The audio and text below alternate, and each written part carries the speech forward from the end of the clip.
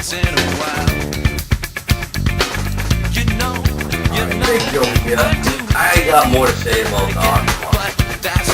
I just turned on the news this morning. She went to Disneyland. She bought a $500,000 house. She's receiving $135,000 a month from Angels in Waiting, which isn't going to last forever. This lady is insane. She spent $1,000 on lip products and eye blush and all this crap, and you know, some of these kids are mentally disabled. The money's not going to be rolling in like that forever because it's just like a temporary Band-Aid, as they said on the news.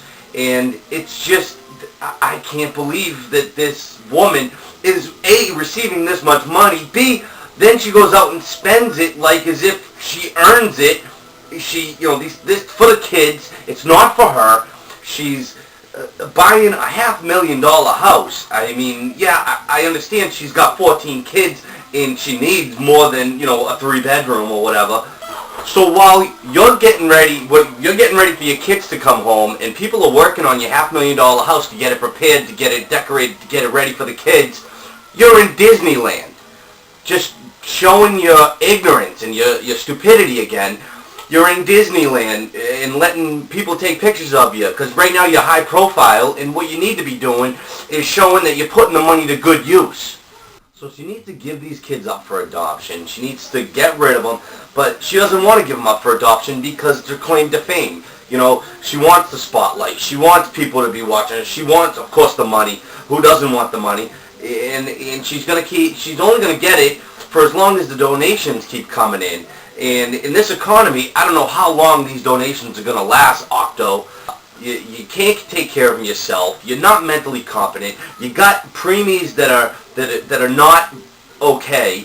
You know, you already have disabled children. You can't take care of all these kids. And you're not going to be able to pay for somebody to come in and take care of these kids, maybe at first, but these kids need help for their whole life, or for a lot of years. And the donations are going to stop. You have a $500,000 house. You're going to have to pay for that upkeep. You're going to have to pay for the kids everything, food, everything.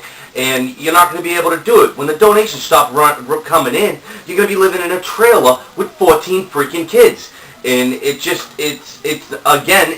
pathetic and it's sad.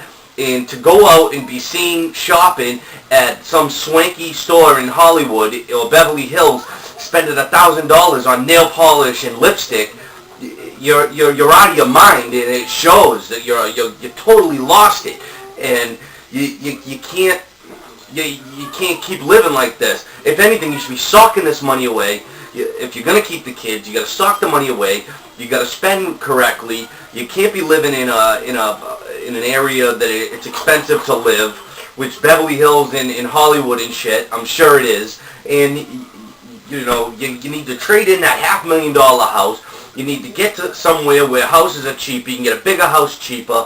But right now, where you're in the spotlight, you need to stop. You can't be doing stuff like that. I know a lot of people feel the same way I do, and you know, I just have to address this again because I addressed it a week ago, and you know, more has happened since then, and this lady is disgusting. She makes me sick. She really does. It makes me sick. It's all that's wrong with the country. You know, to people having kids for money, not to have kids. People having kids for money. This is just a glorified case of a welfare mother who's sitting home, living off welfare, food stamps, getting all the government, you know, perks, just because she's popping out babies.